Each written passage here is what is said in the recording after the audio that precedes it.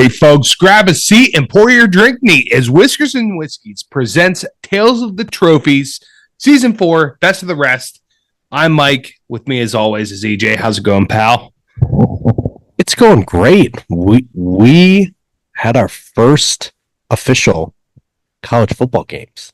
We did this weekend, and it was a heck of a game. It was a heck of a game. Few games. It's not even just one game, right? There was That's true. There were three on the docket, and one major underdog covered by a long shot. Well, yeah. Because wait, so let's just chat about it. Let's well, hold on. I'm just thinking because New Mexico. Well, actually, you want to talk about a major underdog that covered by a long shot. I'm thinking what you're thinking about. Delaware State, they had no problem covering those 40.5 points. They covered the original 28.5. They opened that. They took that personally. Yeah. I guess now that we're thinking about it, all the underdogs covered. SMU, yes, because Nevada lost by like 4. New Mexico was a 10.5 point dog to Montana State, and they won. Yeah, and then Nevada was a 29 point underdog and barely lost. Yeah, barely. Well, that was 29. Was it that hot? Yes. Yeah, wow. I know. SMU on the road, 29. A lot. Wow. They did not cover. No. Not even close. Typical look ahead game there. But the one that most people talked about and one that we as a podcast got right was EJ's former program. The Bees, the Jackets, the Ramblin' Wreck, Georgia Tech went to Dublin. I just, when I was watching game day, I saw or maybe it wasn't even game day, maybe it was the day before. I saw the TikTok of the Florida State players dancing around, and someone mentioned that Florida State Norvell had the team sticking around like an extra 2 days to like see the sights and stuff after the game. I'm like that really, I don't like this. I don't like Norvell like booking like, hey, we'll hang out the next 2 days. Like that's a bad attitude. I mean, I guess like you can maybe take them out to the coast, give them an inspirational pep talk on the cliffs, similar to Coach Boone giving the inspirational TikTok at Gettysburg. You remember the Titans. The nice thing about the cliffs though is that you can throw over players that really screwed up during the game, of which there were many.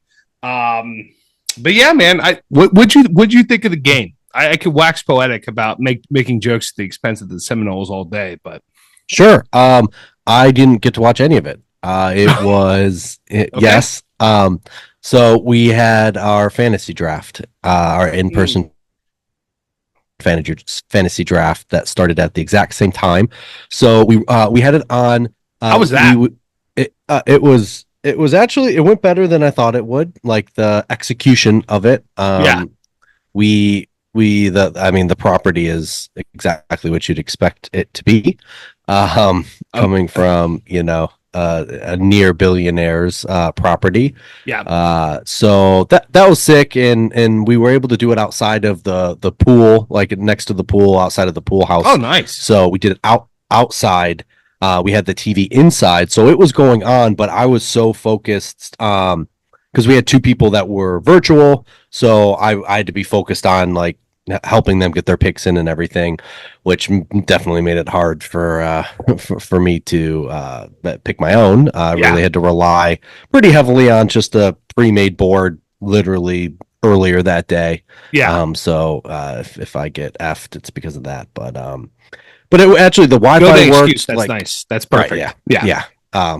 That's a good commissioner. I'm actually dealing with a real shitty commissioner right now, and that is a very good example of a commissioner that like takes initiative and is like, you know what, go to the league and the league members over my own team, and you're just hoping you get good cosmic return from that. I'm sure. I hope so. Yeah. I hope so. So we did have I was getting updates. So because a lot of the guys there were big football fans. So they had it on, and I was getting score updates, but I wasn't able to actually watch until honestly the final drive. Basically, Georgia Tech icing it. Like I had just missed Florida State tying the game, but I did get to see the 4-minute drive essentially all the way down the field. So I missed the final drive. One of my kids was doing something, and I heard stuff happening in the distance. I'm like, that sounds someone's happy, and but I'm like, I thought Georgia Tech had the ball. So, but I was like, maybe missed field goal or something, but.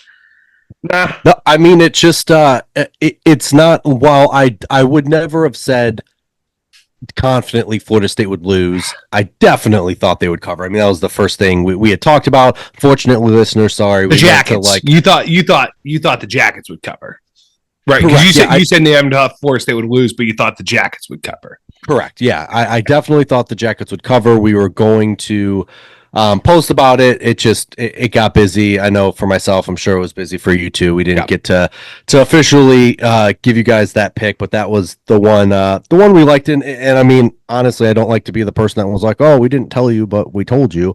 But if you listen to our ACC preview, you know how we felt about Florida State, and it came to a head. Not only was it just difficult to travel that far, but when you're replacing like 19 starters, and that's your first game, and then in this particular case, which we didn't get to cap, but Georgia Tech was a pretty dangerous offense last year, and they returned a lot of that offense. Yeah. So I thought just for that reason, they were going to cover. I thought their defense wasn't going to play. Well, I thought Florida State defense was always the question. Yeah, was going to score more, but then again, like it didn't surprise me that they didn't, just because of trying to get to know each other, figure things out. DJU is okay, but he's, again, like if you're asking him to gunsling, he, dude, only on fourth down apparently. The first half he was not okay. The first half he was. I think I saw the stat that you sent me. Yeah, 12 for 14 completions with the ball averaging minus 0.1 yards in the air. That's insane. I don't know. Like, I mean, I know how it's just he, and then all the memes of like, well, this guy's just playing NCAA, or Norvell is playing NCAA. Just jet sweep, jet sweep, jet sweep. I have won many a game, killing the clock, just jet sweep, jet sweep, jet sweep. So,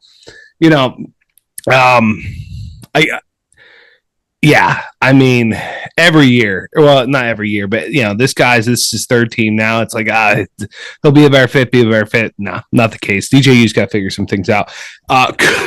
Kudos to Norvell for, trusting the analytics and going for it. Like that drive that they either to go ahead or to tie it up, 2 long fourth downs, and DJU converted right over the middle. It was really, it was such an exciting game. It was like, I think we're going to have a great season, EJ. I think we're going to have a really, really good season, because the first drive, touchdown drive. Georgia Tech gets the ball, touchdown drive. It's like, let's go. We're like, this is what we wanted. We're back. That's a beautiful stadium they have too. Like, that was an awesome first game.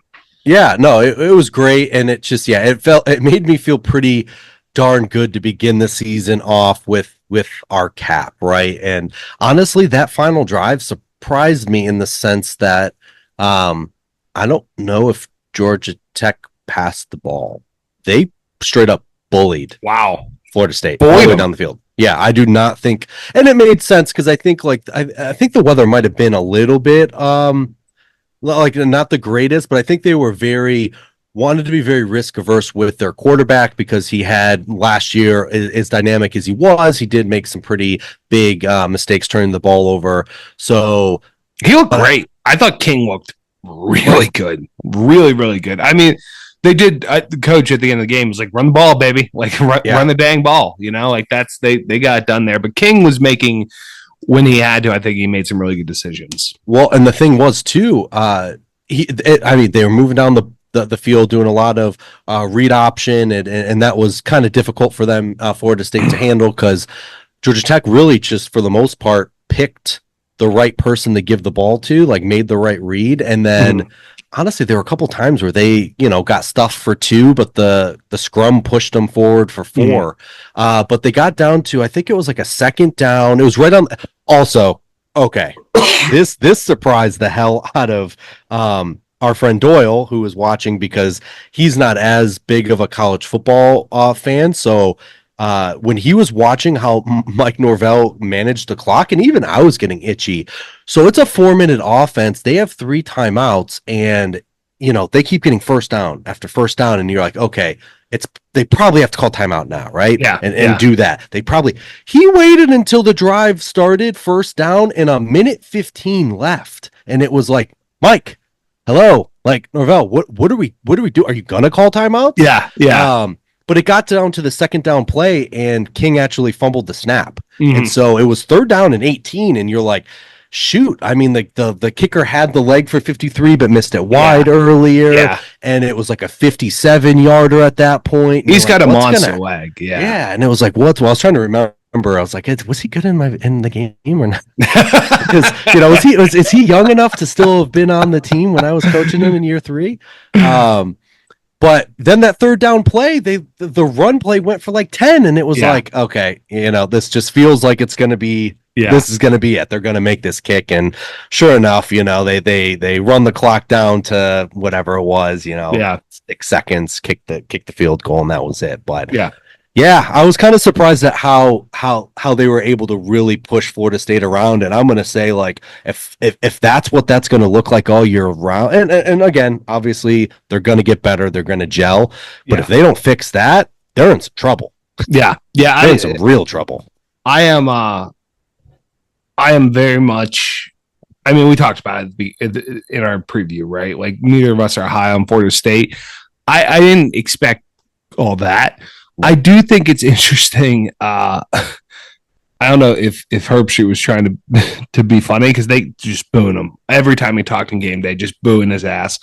I don't know if he's trying to be funny or not, but he does make a good point. I think Norvell is a great coach, and I think that he now has an opportunity to be like, guys, like, this season is not over. Like, with the expanded playoff, like, if we go and we handle our business and we get better and we improve as the year goes on, like, we're fine. We are totally, even if it was, a normal year, like, even if it was the 4-team playoff, he could say it, but I feel like you have a little trouble believing it in the 4-team, because sure.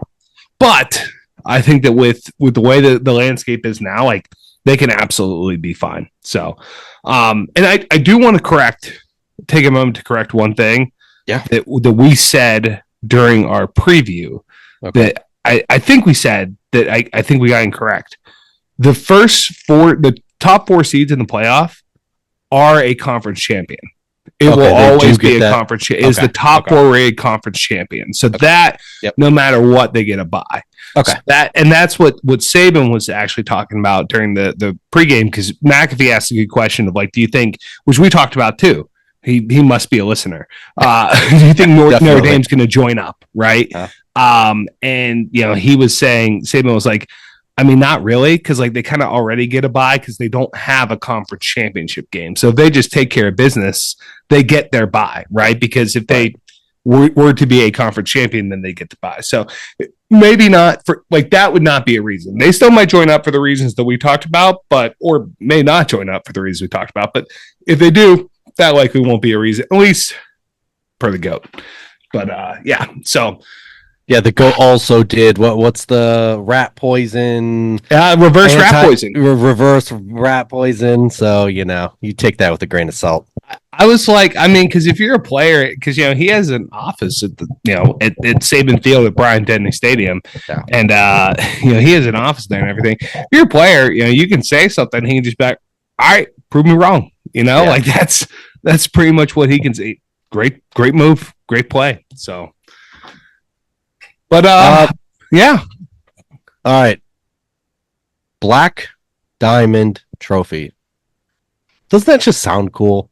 Yes, it does. I remember, like, the first time I had ever I'd never seen it on TV, but I think it was when we started doing this podcast and we started to, I just started to look through different lists of trophies, and kind of game planning before we knew exactly, which conference we were going to tackle each season. But I remember coming across that one and I was like, this is one this is one I can't wait to see. This one sounds pretty cool when you're like going through a list of them, but I think one of us saw a tweet and sent it to the other, and it's it's gorgeous. So spoiler. It is. Spoiler. Yeah, spoiler, it's gorgeous. Yeah. So the Black Diamond Trophy, for you all that don't know, it is that game is played between the West Virginia Mountaineers and the Virginia Tech Hokies. So you know what it looks like. I do know what it looks like. So I don't have to ask you what your guesses are. I mean, if I had to guess, not knowing, I would say you'd probably get pretty darn close. A big black diamond, right? There's got to be a big like actual black diamond. If it's not a black diamond, it's just. I would also say that this would be a cool name if I don't know, if like Utah and Colorado played each other and had a black diamond trophy, and it was like skiing down a mountain. Like that would be cool too. But that's not the case. And there are some skiing in West Virginia and Virginia, but given that area of the country, coal mining, big black diamond. That's what we're thinking. So yeah. So why don't I give a little bit of background history, and then we can tell everyone what it looks like. Let's do it. So the first matchup was in 1912. So it is that they did play initially a long time ago, and that was a 41-0 by the Virginia Polytechnic Institute, which is now Virginia Tech. But West Virginia did win 7 out of the first 10 meetings. I will say, though, one of the things that I'm going to get to in a little bit here is this game has only been played 53 times. So even though it was initially played so long ago, it has not been played very often, unfortunately. And then West Virginia leads the series overall, 30 wins to 23 losses to 1 tie. So pretty even. And as I kind of alluded to a second ago, the series has had its large gaps between games. So the two teams played 4 times between 1912 and 1917, but then didn't play again until 1952. So there was a huge gap there. Obviously, a lot going on in the world at that time, so that's not as surprising. And then they did play each other regularly between 1952 to 1968. Before playing annually between 1973 to 2005.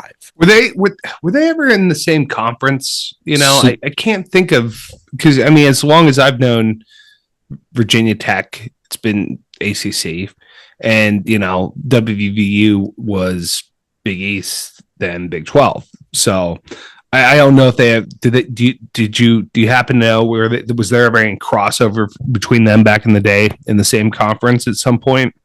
Yes. So I believe, if I'm getting this correct, I believe when they played annually between 73 and 2005, they were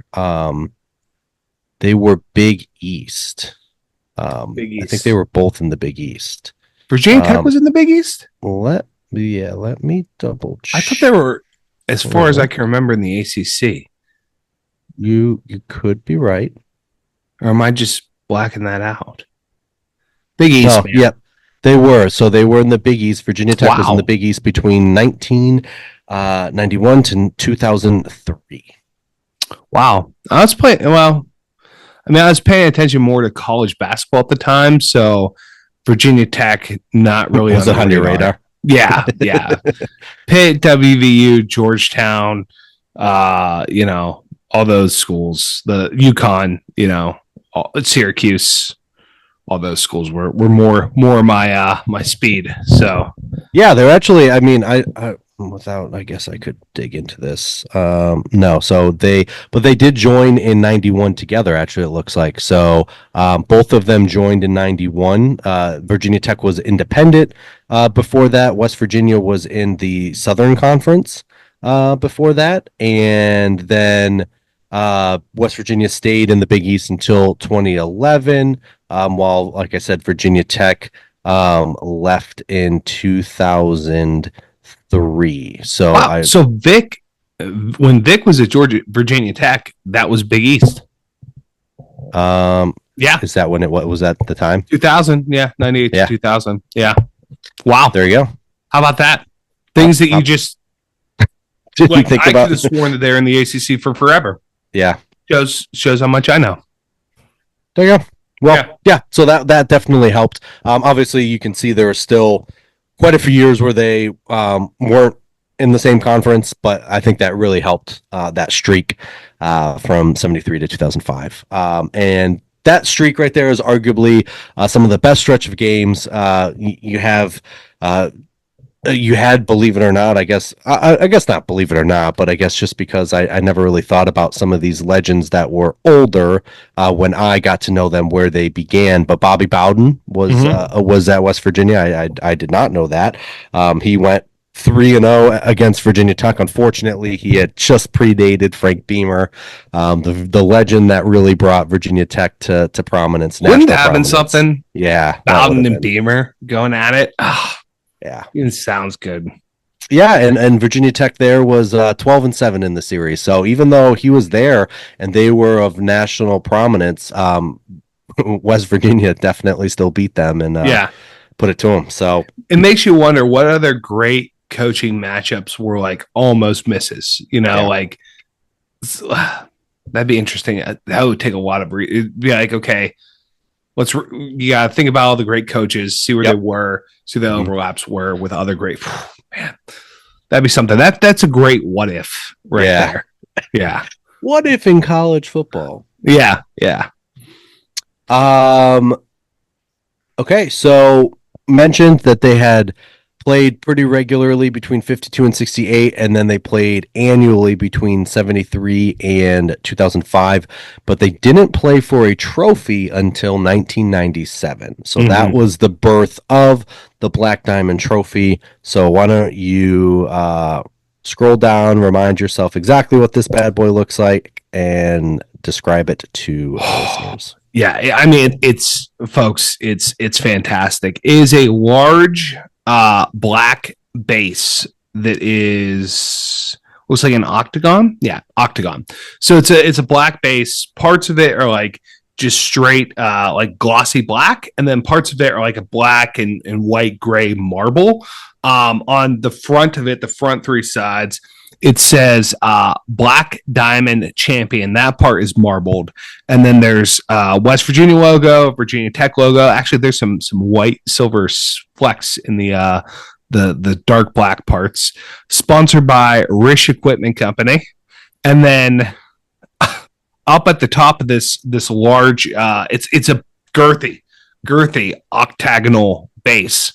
At the top of it, there's like a big glass crystal kind of like fishbowl, almost like a fishbowl that's kind of like a little tilted at the top, so not like a direct fishbowl. It's tilted down a little bit, and then there's a little pedestal, black pedestal, and then that black little layer of the black marble, and then sitting on top of it is just a big old black diamond. It's very large. I would say it's the size probably of like a human fist, not a huge fist, but I would say, a decent sized fist. And this thing just looks great. It looks like it has substantial weight to it.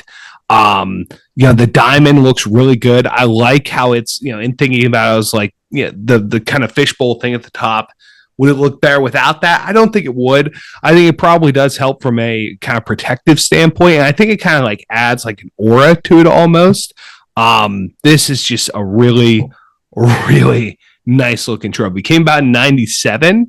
And I gotta say, I think that they did a great job at this. Because, in the 90s, a lot of designs were hit or miss, not just in trophies, but in everything. And I think that they knocked this one out of the park. Looks like on the sides there might be some other things there. I don't know if there's scores on the side or something like that, but it looks really, really good. Yeah. So the what's it say? Rish Equipment company. That's a construction company based out of Bluefield, West Virginia, and they're the ones that initially sponsored the trophy.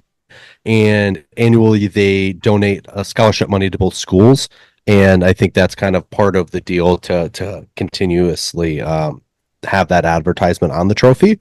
And then if you guys haven't put two and two together what a black diamond is, but the name is a reference to the Appalachia coal industry, which is a big industry for where both those schools are located.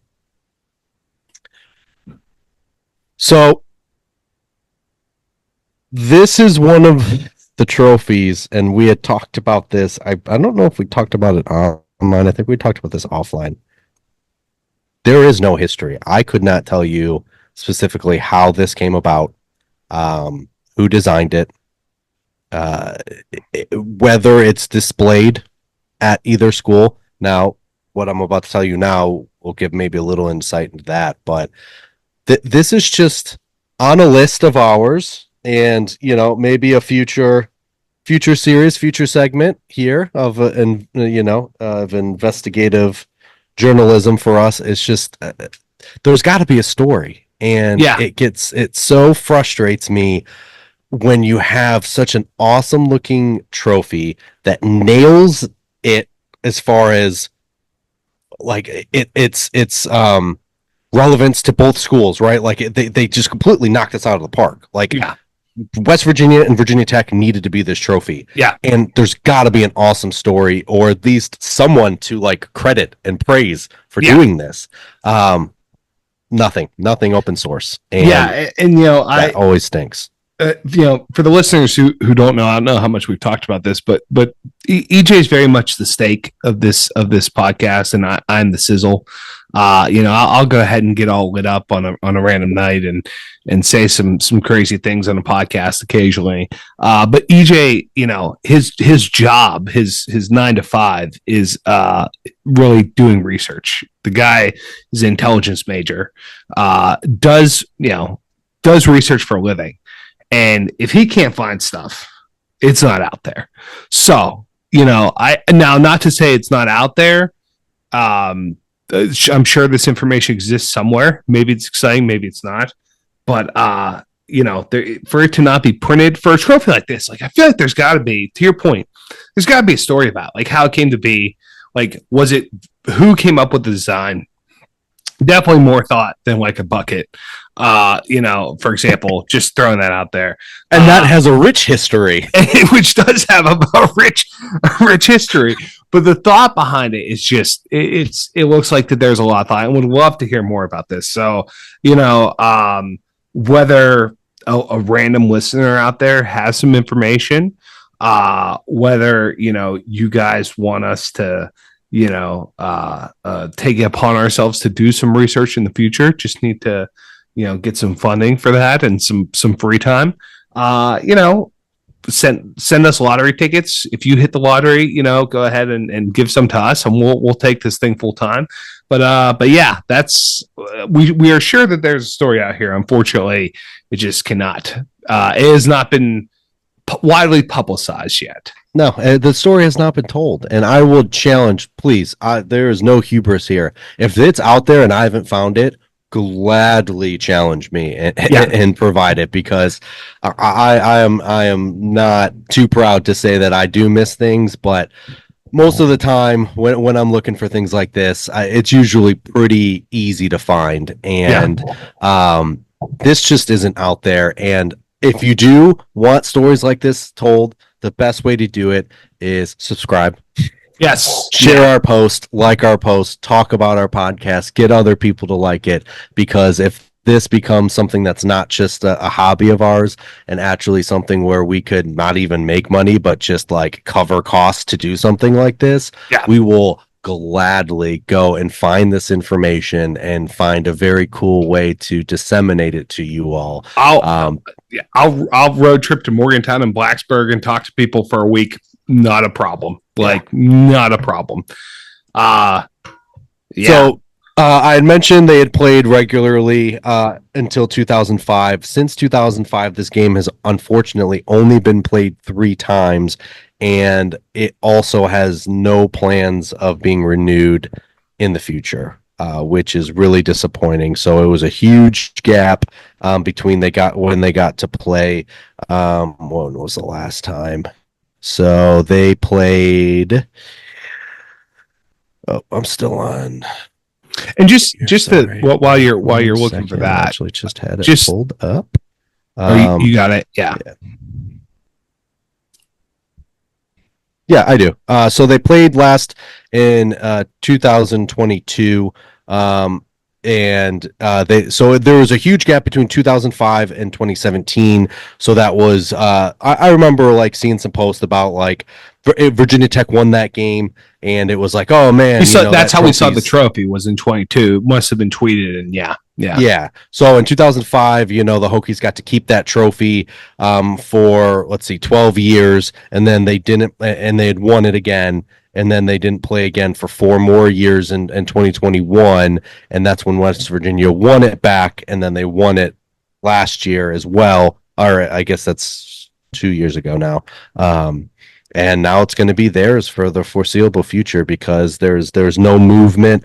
I'm hoping now with the playoff expansion, this is actually one of the flip sides. We always talked about some of these trophies are getting taken away, and some of these rivalries are being taken away. RIP. Oh my gosh, I cannot. Bedlam. Geez. Yeah. RIP Bedlam. Bedlam, Apple Cup. No, they're on the schedule. Oh yeah, they're holding on to it. Yeah, yep, Bedlam. They are. Bedlam's probably the biggest for longer, but Bedlam's probably the biggest. Yeah. That is not has no plans in the future. But this is hopefully one where maybe they will make plans because you do get these mulligans now, like you were talking about with Florida State, and it almost incentivizes you to play another Power 5 or Power 4 team at the beginning so that you are better prepared for your conference play, and you don't just the couple games you lose aren't in conference, because now it's just win your conference. So you can drop a non-con and be okay, where in the past it was like, that could ultimately come back to haunt you. So hopefully this is one of those instances where hopefully they'll get signed, because they're so close in proximity, especially now with schools having to travel so far. And these are two teams that have like a very similar vibe. Like if you think back like to the early 2000s, right? You had Steve Slayton and Pat White, doing their thing in Morgantown, putting on some great great football. Michael Vick, which we talked about, and like this year especially, I'd love to see these two teams play, because I think that like West Virginia is a team that needs to put some things together. Like they have a lot of the pieces there, and if some things fall into place, they got a big game this week against Penn State. That's going to be a tough challenge. We talked about it in the preview. If Penn State can get out of there, like then they'll be in good shape. But don't be surprised if the Nittany Lions struggle a little bit. And then obviously we're both extremely high on the Hokies. I think a lot of people are.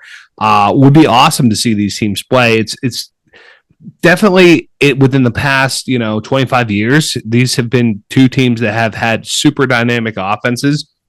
Would love to see them play, and like this is something where if things continue to expand, and we like with conferences, and we get 2 mega conferences in the future, or things change, like some type of like regionality being built in, where like we get to bring back some of these rivalries and trophies on like a regular basis, or even like by forcing in like a regionality that like other teams who like maybe should have like a stronger rivalry because they're based in the same geo region, that like maybe they develop a trophy, like War on I-4, which we saw, right? So, I think that this is something that, hopefully if things can, there's pros and cons to having 2 mega conferences in college football. But if that were to happen and things get started kind of sectioned off regionally as it is in the NFL, we could have some pretty cool things happen. And if it allowed us to get, bring Bedlam back, bring this as a regular, rivalry, I think that would be awesome for the sport. Yeah, I definitely agree. All right, let's get to our rankings here. Again, reminding listeners, we rank these on a scale from 1 to 5. So we're going to look at the looks of the trophy, the history of the trophy, the rivalry itself, how competitive the rivalry is, and then overall which tier we put it in. Mike, what do you got? 5. I talked a lot about it. It's fantastic. Back in 2022 when we saw the tweet, looked incredible, right? So loved it ever since. I think it's awesome. I can't think of anything that would change. I can't have. We didn't do this last time on the last episode. We didn't do anything that we would change. We didn't even come up with like a different concept. I don't think we need to for that. We didn't ask the question and we didn't need to. Yep. For this one, I have a funny take. But I think that this is a perfect trophy. I think it's a lot of thought went into it and would love to hear that story sometime. But yeah, 5 for me. How about you? Same 5. Yeah. History. Man, I mean, I'm going to give it a point just because I feel like that there had to be some thought that really went into building a trophy like this. So I'm going to give it a point, but given the lack of publication, can't do anything more than that. How about you? Yeah, I'm going to do the same. I was trying to think, like, I think this has happened to us maybe 2 other times, not a ton, but it's happened a couple times, and I don't remember giving a 0. So I think that's a fair assessment where there's clearly was like thoughtfulness put around it. It was designed beautifully. But we don't know even who came up with the idea to have the trophy itself, then who decided to design it. Whoever you guys are, you freaking nailed it again. Yeah. That's got to be a 1 for me. Yeah. The rivalry. I want to separate rivalry from competitiveness somewhat. This obviously is not the biggest rivalry for either of these teams. West Virginia looks more at Pitt being in their backyard and Penn State, obviously. And, like West Virginia fans will, I know Virginia Tech fans, I know West Virginia fans. West Virginia fans will not hesitate to tell you, that they want to play Pitt and they want to play Penn State every year. Like that is all. I don't hear a lot of them talk about clamoring to play Virginia Tech. Virginia Tech fans have a lot of hatred for, a lot of ACC schools, specifically ones located in Florida. Again, not a lot of like clamoring for that there. I think that this is something where if it was played more regularly, you would probably, if anyone was any listeners, happen to be following these schools ardently during that phase where they were playing more in the 90s and 2000s, let us know if the hatred's there. So that being said, but it is very close, the regionality. So I'm gonna say probably like say a 2. Yeah, 2.5. I think I'm gonna go with a 2, and I'm gonna kind of plead ignorance here because I think it's hard to, especially when this rivalry has only been played 53 times, that it's only been played, 3 times since 2005. And I'm looking kind of here. It's hard for me to tell, but I don't know how many top 25 matchups there were. I think obviously Virginia Tech was ranked during the late 90s and early 2000s, highly. And some of those games were close. It looks like West Virginia was also ranked at times when they won those games. So I'm not sure, I didn't dig deep enough to know how many top 25 matchups there were, but I know there were some classics between these two schools. And I agree with you. I think this is like one of those where if they just played each other regularly, it would be one of the best. Like I'm confident it would be one of the best rivalries because it's the same type of people from the same similar areas. So I'll go 2.5 with you too. I'll give it the benefit of the doubt that we're just a little bit unfamiliar from those 90s and early 2000 games, but again, it just like you said, I think for West Virginia has its rivals that they played more frequently. And then, Virginia Tech with the ACC schools that they played more frequently. It has a lot of like great, like we said, like both teams have had innovative offenses over the years. I love, both have great atmospheres. Morgantown and Blacksburg, awesome atmospheres when it comes to, especially at night. Rowdy campuses, love to party and have a good time. And then the uniforms. I mean, they both, like, I think blue and yellow is a great combination. Maroon and orange is an awesome combination. And, I think those uniforms on the field together would look really nice. There's like some nice contrast there, but some nice, similarities too. Yeah. And then they both have like black versions of their uniforms, obviously. And I think and they both have all whites too. So like that would look really, really cool. Like I'll fire it up. I'll run a couple of games on NCAA and see how it goes. I think it would look really, really good. So competitiveness. Yeah, 4 for me. I mean, this is a very closely contested, historically, right? What is it, 30 and 23 and 1? Yeah. I mean, super close. These teams are like, there is a great rivalry. Just talking through this, there's a great rivalry to be had here. Yes. Start scheduling each other regularly and get this thing going. Because, I think this is great. Like, these are two teams that, could be in the national title competition. I would love to see them play this year. Like, that would be, if I had the NCAA, power, custom schedule power, I'd put this on the calendar for sure. I'm with you with the 4. And then what's the overall tier here? So I'm gonna have to put it on the lower end of middle, and the only reason it's there is because of the trophy. I will say, even if we had some history, I think like the ceiling for me would still be middle, but top end of it, just because of the how they don't play frequently and they haven't played frequently recently.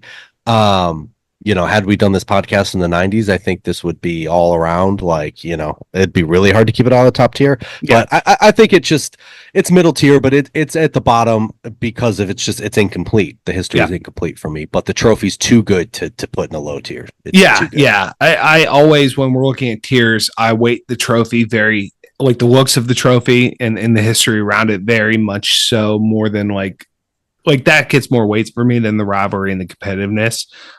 So definitely going to put this in the mid tier like you, and just, I mean, guys, throw this one on the schedule. Like, chancellors, athletic directors of the school, make this happen, man, because you could have something really good going here. So, all right. What's your idea? What's your change? Yeah. Did you say you had a goofy idea of just a little change? I mean, the only thing that I can think of, like just a different version of the trophy, is if you just have a Mountaineer with the long rifle and like a turkey's just like flying through the air towards it, like not like, they glide, like they'll get up and, they get up and go, but just like a vicious turkey with its talons out, just like going towards a Mountaineer with a rifle extended. I think that'd be pretty cool. So, okay. I have an addition to that. I want them. So yes, one side, aggressive turkey. Yeah. Talons out. Yes. Other side, I in this case, I'm not going to have gun pointed. I'm going to have gun maybe visible. On the back of the Mountaineer, and he's reaching, and in the middle, they're both reaching for the black diamond. Yes. as like a gem in the center. I think that would be, I don't know what it would look like in the base. This would make it massive, and we're all about that, as you know. Yeah. But I would have them both reaching for this shiny, like Aladdin, obviously Aladdin, it was red, but just like that diamond in the middle. For them to try and grasp. I think that would be sick. I like that. They're both going for it. Yeah, because then you can keep the black diamond concept, obviously, but you have them going for it. Yeah. I like that. I like that a lot. I think that plays. And plus, in my version, it's like it's not a very far leap to figure out who wins the battle in my version. I know. But I don't know. Turkeys are a very smart animal. If up to Ben Franklin, well, if they're a natural bird, maybe he gets around the rifle. But yeah, no, I dig that. I dig that quite a bit. And then just like I had mentioned before, this game will not be played this year, and as of now, there is no plans for it to be played in the future. But if it was up to us, we would make these schools play each other. And hey, anyone listening out there, make these schools. Let's make a campaign. Make these schools play each other. Let's bring it back. All right, so that's going to do it for us this week. Follow us on Instagram at whiskers.whiskies, and please subscribe to our YouTube channel. And also, this is going to be the first week for the Pick'em Challenge. We're going to have, we're recording this early in the week, so we have not put out our quick sip reminder, but we will have a quick sip reminder for everyone. But we talked about it. We talked about it in the first episode of the Territorial Cup.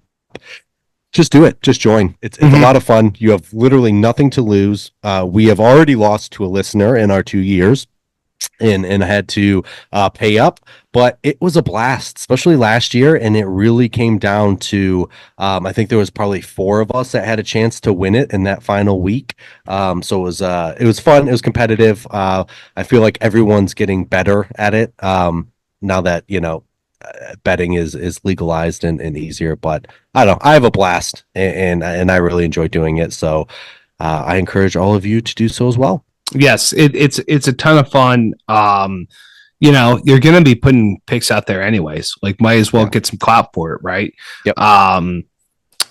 EJ, as we're getting ready for the weekend, and listeners, this comes out on Thursday, so you'll have some football to be watching. Nothing crazy, but Penn State, West Virginia. Penn State is a 8.5-point favorite based on what I'm seeing right now. It's noon Saturday kickoff. West Virginia, or I'm sorry, Virginia Tech plays Vandy, and they're a 13-point favorite. Mm-hmm. Any thoughts on those two games? I personally, probably even more so in the NFL, but even in college football, I really have to investigate a double-digit road favorite. That makes me a lot more nervous than an over a touchdown home dog, and that's where like I have that kind of circled. I know we have our caps. I feel a little bit more confident in potentially taking the Mountaineers after seeing what happened to Florida State, because again, week 1, raucous crowd. Obviously, we've looked. We really tried to take Whiskers and Whiskeys on the road. Tickets are a little bit too much for a hobby, and either of us being fans of those two schools. That's going to be a tough place for Penn State to just come in, and West Virginia, like we said, they have to be careful. So I'm 8.5. I'm as of right now, not official picks, but I'm kind of leaning the Mountaineers to cover. Yeah. I think I'm curious to see if the line moves at all during the week. I lean Mountaineers to cover 8.5, and then Virginia Tech giving up 13 against Vandy. I am, given how high I am on them, I am inclined to take to lay the 13 points. They are on the road, but I mean, it's Vanderbilt. It's Vandy, and that makes me just a bit nervous. Like, first game on the road and almost 2 touchdowns. That'd be my only hesitation, but I would be shocked if they lost. Like, that's definitely not. You feel like they'd almost get up more if it was like, I don't know, like any other SEC team, Right. But it is the Commodores. So, all right. So join us next week when we talk about the Paddle Wheel Trophy. For Mike, I'm EJ. Always remember, too much of anything is bad, but too much good whiskey is barely enough. Cheers, boys.